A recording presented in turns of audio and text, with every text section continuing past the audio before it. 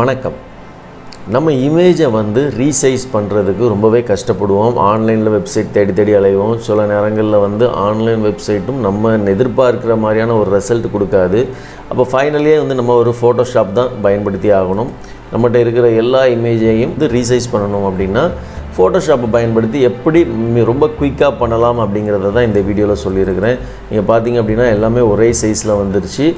Different சைஸில் இருந்ததை நம்ம ஒரே சைஸாக எப்படி பண்ணலாம், ரொம்பவே ஸ்பீடாக பண்ணலாம், ஆன்லைன் வெப்சைட்டுக்கு ஈக்குவலாக பண்ணலாம். அதுவும் நம்ம விரும்பின மாதிரி நம்ம என்ன செய்யணும்னு எதிர்பார்க்குறோமோ அதை ஸ்டோர் பண்ணி வச்சுட்டு அடுத்தடுத்த இமேஜில் நம்ம எப்படி அப்ளை பண்ணலாம் அப்படிங்கிறத கிளியராக சொல்லியிருக்கிறேன். அதுபோக அதை எடிட் பண்ணுற விஷயங்கள், அதை ஏதாவது தவறாக இருந்துச்சு அப்படின்னா அந்த விஷயங்களை நம்ம கரெக்ட் பண்ணி எல்லா இமேஜ்லேயும் அப்ளை பண்ணுறதுக்கானது. இது ரீசைஸ் பண்ணுறதுக்கு மட்டும் தான் சொல்லியிருக்கேன். இதே மாதிரி நீங்கள் என்ன வேணாலும் நீங்கள் ஸ்டோர் பண்ணி உங்களோட தேவைக்கு நீங்கள் அப்ளை பண்ணிக்கலாம். ரொம்பவே குயிக்காக இருக்கும், ஃபாஸ்ட்டாக இருக்கும். உதாரணத்துக்கு ஒரு 25 ஸ்டெப் நீங்கள் பண்ணுறீங்க அப்படின்னா அந்த 25 ஸ்டெப்பையும் அப்படியே அடுத்த இமேஜுக்கு நம்ம அப்ளை பண்ணணும் அப்படின்னு நினச்சிங்கன்னா இந்த ஸ்டெப்பை பயன்படுத்தி நீங்கள் இதை ஸ்டோர் பண்ணி அந்த 25 ஸ்டெப்பையும் விதின் செகண்ட்ஸில் நீங்கள் அடுத்த இமேஜுக்கு அப்ளை பண்ணி அந்த வேலையை நம்ம முடிக்க முடியும். செய்யும்போது மட்டும்தான் ஸ்டெப் பை ஸ்டெப்பாக செய்து நம்ம அதை ஸ்டோர் பண்ணணும். அடுத்தது ரொம்ப குயிக்காக பண்ணலாம். இது ரொம்பவே யூஸ்ஃபுல்லாக இருக்கும் அப்படின்னு நினைக்கிறேன். இந்த வீடியோ பார்த்துட்டு உங்களோட கருத்துக்களை நீங்கள் பதிவு பண்ணுங்கள்.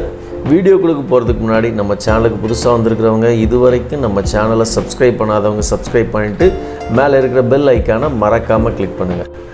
நம்மளோட டெஸ்க்டாப்பில் இருக்கிற ஃபோட்டோஷாப் அப்படிங்கிற சாஃப்ட்வேரை நம்ம ஓப்பன் பண்ணிக்குவோம். இப்போ நம்மளோட சிஸ்டத்தில் ஃபோட்டோஷாப் ஓப்பன் ஆகிட்டு இப்போ நம்ம ஃபோட்டோ வச்சுருக்கிற ஃபோல்டரை நம்ம இப்போ நேராக போவோம். இப்போ பார்த்திங்கன்னா நான் நிறைய ஃபோட்டோஸ் வச்சுருக்கேன். எல்லாமே பார்த்திங்கன்னா பார்க்கும்போதே தெரியும் எல்லாம் வேறு சைஸில் இருக்குது. ஸோ சைஸும் அப்படின்னு பார்த்திங்கன்னா ஃபிக்சல் சைஸும் பார்த்திங்கன்னா 2800 × 1800. அதே மாதிரி இது 1200 × 900, 275 × 185, 259 × 174. இந்த மாதிரியான டிஃப்ரெண்ட் ஃபிக்சல்லையும் ஹைட்டு வித்து எல்லாமே வித்தியாசமாக இருக்குது. இப்போ இதை நம்ம ரீசைஸ் பண்ண போகிறோம். ஒரே கிளிக்கில் ஃபோட்டோஷாப்பை பயன்படுத்தி எப்படி நம்ம பண்ணலாம், எவ்வளோ ஃபோட்டோ இருந்தாலும் அதை நம்ம சிம்பிளாக பண்ணுறதுக்கான விஷயத்தை தான் பார்த்துட்ருக்குறோம். ஸோ அதுக்கு ஒரு ஃபோல்டர் க்ரியேட் பண்ணணும். நியூ ஃபோல்டர் போயிட்டு நீங்கள் அதை ஒரு ரீசைஸ் அப்படிங்கிற ஃபோல்டரை நான் க்ரியேட் பண்ணுறேன். நீங்கள் உங்களுக்கு என்ன நேம் வேணுமோ அந்த நேமில் நீங்கள் க்ரியேட் பண்ணிக்கலாம். ஸோ இந்த மெத்தடை பண்ணி ஒரே ரீசைஸ் மட்டும்தான் பண்ண முடியுமானா கண்டிப்பாக கிடையாது. நிறைய விஷயங்கள் பண்ணலாம். உங்களுக்கு சிம்பிளாக புரியுறதுக்காண்டி இந்த ரீசைஸ் அப்படிங்கிற ஆப்ஷன் எடுத்துருக்கிறேன். இப்போ நம்ம ஏதாவது ஒரு ஃபோட்டோவை அப்படியே ட்ராக் பண்ணி நம்மளோட ஃபோட்டோஷாப்பில் ட்ராப் பண்ணிட்டீங்க அப்படின்னா அது ஓப்பன் ஆயிரும். ஸோ இதே மாதிரி ஓப்பன் ஆயிரும். இப்போ நம்ம என்ன பண்ண போகிறோம் அப்படின்னா ஒரு இமேஜுக்கு நம்ம என்னென்ன செய்யணும்னு நினைக்கிறோமோ அதை ப்ராப்பராக செய்யணும். அதே விஷயத்தை அடுத்த இமேஜுக்கு நம்ம அப்ளை பண்ண போகிறோம். அதுக்காக விண்டோஸில் போய் ஆக்ஷன் அப்படிங்கிற ஒரு இது இருக்குது. அந்த டூலை நம்ம ஓப்பன் பண்ணுறோம். இதே மாதிரி ஒரு பேனல் வந்துடும். ஸோ ஃபஸ்ட் இந்த பேனலில் கீழே பார்த்தீங்கன்னா ஒரு ஃபோல்டர் சிம்பிள் இருக்கும். க்ரியேட் நியூ செட் அப்படின்வாங்க. நம்ம என்ன செய்ய போகிறோம் அப்படிங்கிறத செட் பண்ணுறதுக்கு. ஸோ அதுக்கான ஃபோல்டர் நேம் நம்ம இதுலேயும் ரீசைஸ் அப்படின்னு கொடுத்துக்கலாம். நீங்கள் வேண்டாம் அப்படின்னா நீங்கள் அப்படியே கொடுத்துக்கலாம். ஸோ அதே மாதிரி நியூ ஆக்ஷன். ஸோ இது ஆக்ஷன் 1 இருக்குது. நான் இப்போ ஆக்ஷன் 1 வச்சுக்கிறேன். நீங்கள் நிறைய ஆக்ஷன் நீங்கள் சேவ் பண்ணணும் அப்படின்னு நினச்சிங்கன்னா ஒவ்வொரு ஆக்ஷனுக்கும் ஒவ்வொரு நேம் கொடுத்தா மட்டும்தான் உங்களால் அதை கரெக்டாக திரும்ப ரீகால் பண்ண முடியும். ஸோ அதனால் இதுக்கு ஒரு நேம் கொடுத்துக்கலாம். இப்போதைக்கு நமக்கு தேவையில்லை, நான் இதை கொடுத்துட்டேன். இதை கொடுத்தோன்னே பார்த்தீங்கன்னா இங்கே ரெக்கார்ட் சிம்பிள் அப்படிங்கிற மாதிரி ஆன் ஆயிரும். ஒரு வீடியோ ரெக்கார்ட் பண்ணுற மாதிரி தான். இப்போ நீங்கள் என்னென்ன பண்ணுறீங்களோ இது அவ்வளோமே அங்கே ரெக்கார்டாக ஸ்டோர் ஆகி வச்சிடும். அதுதான் இதோட அர்த்தம். நம்ம இப்போ என்ன பண்ண போகிறோம் அப்படின்னா இமேஜில் போய் ரீசைஸ் பண்ண போகிறோம். ஸோ இமேஜ் ரீசைஸ் போங்க. இப்போ இங்கே 2 வேல்யூ இருக்குது. இங்கே ஒரு லிங்க் சிம்பிள் இருக்குது. ஸோ இந்த லிங்க் இருந்துச்சு அப்படின்னா நீங்கள் இங்கே மாற்றும்போது ஹைட்டும் மாறும். இப்போ நமக்கு ஒரே சைஸில் வேணும் அப்படின்னு நினச்சிங்க, நீங்கள் சொல்கிற சைஸில் தான் எல்லா ஃபோட்டோவும் வேணும் அப்படின்னு நினச்சிங்கன்னா இந்த லிங்கை எடுத்து விட்ருங்க. 500, 400 இப்படி பண்ணும்போது என்னென்னா சில நேரங்களில் சில ஃபோட்டோ கொஞ்சம் ஸ்ட்ரெச் ஆனது மாதிரி இருக்கும், உடஞ்சது மாதிரி இருக்கும். அதாவது வித்தும் ஹைட்டும் ஒரே லெவலுக்கு நம்ம கம்ப்ரஸ் பண்ணால் மட்டும்தான் படம் அப்படியே குவாலிட்டியாக இருக்கும். வித் ஒரு சைஸில் ஹைட் ஒரு சைஸில் பண்ணும்போது எல்லா இமேஜுக்கும் கரெக்டாக வராது. ஸோ நம்ம இப்போ எல்லா இமேஜும் ஒரே சைஸுக்கு மாற்றுறதுக்காண்டி நான் இந்த லிங்கை எடுத்து விட்டுட்டு இந்த மாதிரி செட் பண்ணியிருக்கிறேன். இப்போ ஓகே கொடுத்துட்றேன். இப்போ பார்த்தீங்கன்னா தெரியும் படம் கரெக்டாக ஸ்கொயர் டைப் கிட்ட வந்துடுச்சு. இதே மாதிரி எல்லா இமேஜும் ஒரே சைஸில் சேமாக வரப்போகுது. இப்போ நம்ம இதை முடித்த உடனே இப்போ நம்ம ஃபைல் போகணும். சேவ் அஸ் கொடுக்குறீங்க. இந்த ரீசைஸ் அப்படிங்கிற ஃபோல்டரை செலக்ட் பண்ணுவீங்க. இந்த சேவஸில் வந்து ஆஸ் ஏ காப்பி அப்படின்ட்டு இருக்குது. ஸோ இதை நீங்கள் கிளிக் பண்ணிவிட்டு சேவ் கொடுத்துருங்க. இப்போ இந்த மாதிரி வரும், ஓகே கொடுத்துருங்க. இப்போ இங்கே எல்லா ஆக்ஷனுமே சேவ் ஆகிட்டு, இமேஜ் சைஸிங் பண்ணியிருக்கீங்க, சேவ் கொடுத்துருக்கீங்க. இப்போ என்ன பண்ணுறீங்க, இதை க்ளோஸ் பண்ணுறீங்க. ஏன்னா நம்ம இதை பண்ணி முடிச்சோன்னே இது நமக்கு தேவையில்லை, நோ கொடுத்துட்டு பண்ணிடுங்க. இப்போ இந்த ஆக்ஷனை வந்து கரெக்டாக நம்ம க்ளோஸ் பண்ணணும். அதுக்காக ஒரு நியூ ஃபைலை ஓப்பன் பண்ணுறோம். ஏதாவது ஒரு இதை மாதிரி பேஜ் ஓப்பன் பண்ணிக்கோங்க. இதை ஸ்டாப் பண்ணிக்கோங்க. ஸ்டாப் பண்ணிங்க அப்படின்னா நம்ம க்ளோஸுக்கு அப்புறம் இதே மாதிரி ஒரு ஃபைல் ஓப்பன் பண்ணதும் இங்கே ரெக்கார்ட் ஆகிருக்கு. இது நமக்கு தேவை கிடையாது, அதனால் டெலீட் பண்ணிடுங்க. ஸோ இப்போ இவ்வளோ தான் நமக்கு ப்ராசஸ் பண்ண போகுது. இதை நீங்கள் க்ளோஸ் பண்ணிவிட்டு மறுபடியும் ஃபோல்டர் வந்துடுங்க. ரீசைஸில் பார்த்தீங்கன்னா இந்த ஒரு இமேஜ் வந்து உங்களுக்கு இருக்குது. ஸோ நான் இது ஸ்கொயர் டைப்பில் கொஞ்சம் கம்ப்ரஸ்டான மாதிரி இருக்குது. எல்லாம் ஒரே சைஸில் வரதை நீங்கள் தெரிஞ்சுக்கணும் அப்படிங்கிறக்காண்டி தான் இந்த மாதிரி கொடுத்துருக்கு. இப்போ நம்ம எல்லா படத்தையும் எடுத்துக்கலாம். ட்ராக் அண்ட் ட்ராப் பண்ணுறோம்.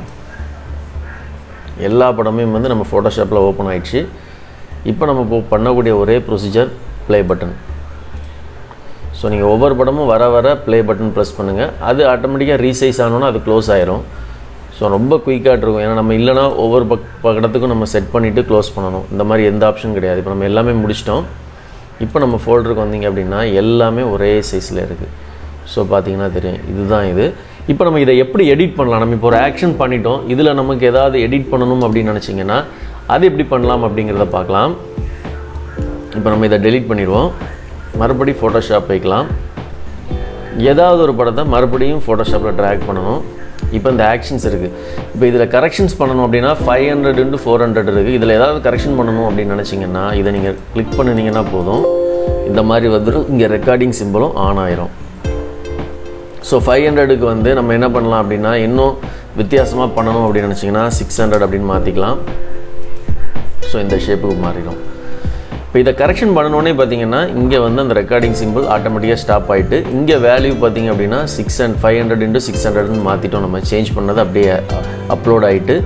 ஸோ என்னமோ நம்ம இதை ப்ளே பட்டன் கொடுத்தோம்னா இந்த மாதிரி தான் ஃபோட்டோ மாறும். இப்போ இதே மாதிரி என்னொன்று ஆட் பண்ணணும் அப்படின்னு நினச்சிங்கன்னா இங்கே எதுக்கிட்ட ஆட் பண்ணணும்னு நினைக்கிறீங்களோ அதுக்கிட்ட வச்சுட்டு நீங்கள் ரெக்கார்ட் சிம்பிளை ப்ரெஸ் பண்ணிவிட்டு இப்போ நம்ம வந்து கிராப் டூல் யூஸ் பண்ணி பார்ப்போம். ஸோ கிராப் டூல் யூஸ் பண்ணி இன்னும் சின்னதாட்டு பண்ணலாம் அப்படின்னா இதோட சைஸும் வந்து வித் அண்ட் ஹைட் வச்சுக்கோங்க.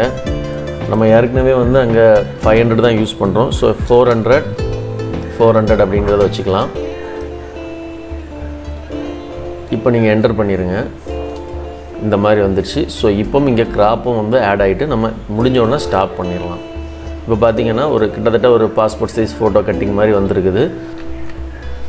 ஆக்ஷன் எல்லாமே வந்து ஸ்டோர் ஆன உடனே நம்ம இந்த படத்தை வந்து ஃபஸ்ட்டு எக்ஸிட் பண்ணிடுவோம். நம்ம இப்போ எந்த ஆக்ஷனும் பண்ணாதனால ரீசைஸ் அப்படிங்கிற ஃபோல்டரில் எம்டியாகவே இருக்குது.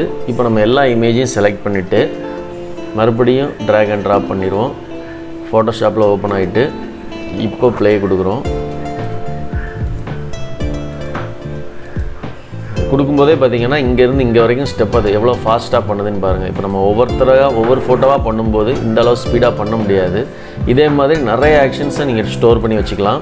இப்போ பார்த்தீங்கன்னா எல்லாமே ப்ராப்பராக ஒரே சைஸில் வந்திருக்கு. இமேஜோட டைமென்ஷன் வேறையாட்டு இருக்கிறனால நமக்கு வந்து ஒவ்வொன்றும் சிலது வந்து உடஞ்சது மாதிரி இருக்குது, சப்பினது மாதிரி இருக்குது. மற்றபடி எல்லாமே குயிக்காக நடந்துச்சு. இந்த அளவு ஸ்பீடாக செய்யலாம் இதில். இதே மாதிரி நிறைய விஷயங்கள் இதில் பண்ணலாம். நீங்கள் என்னென்ன ஆப்ஷன் செய்யணும் அப்படின்னு நினைக்கிறீங்களோ எல்லாமே வந்து இந்த ஆக்ஷன் மூலமாக நீங்கள் செட் பண்ணிக்க முடியும். நீங்கள் எத்தனை ஆக்ஷன் வேணாலும் க்ரியேட் பண்ணிக்கலாம். இதை பயன்படுத்தி நம்ம ஈஸியாக பண்ண முடியும். இந்த வீடியோ உங்களுக்கு பிடிச்சிருக்கா, இல்லை இந்த வீடியோவில் ஏதாவது சந்தேகங்கள் இருந்துச்சுன்னா கண்டிப்பாக கமெண்ட் செக்ஷனில் பதிவு பண்ணுங்கள். பிடிச்சிருந்தாலும் உங்களோட கருத்துக்கள் என்ன அப்படிங்கிறத கமெண்ட் செக்ஷனில் பதிவு பண்ணி எங்களை உற்சாகப்படுத்துங்க. இதே மாதிரியான வீடியோக்களை நீங்கள் தொடர்ந்து பெறணும் அப்படின்னு நினச்சிங்கன்னா நம்ம சேனலை சப்ஸ்கிரைப் பண்ணிட்டு மேலே இருக்கிற பெல் ஐக்கானை மறக்காமல் கிளிக் பண்ணுங்கள். தேங்க்யூ ஃபார் வாட்சிங்.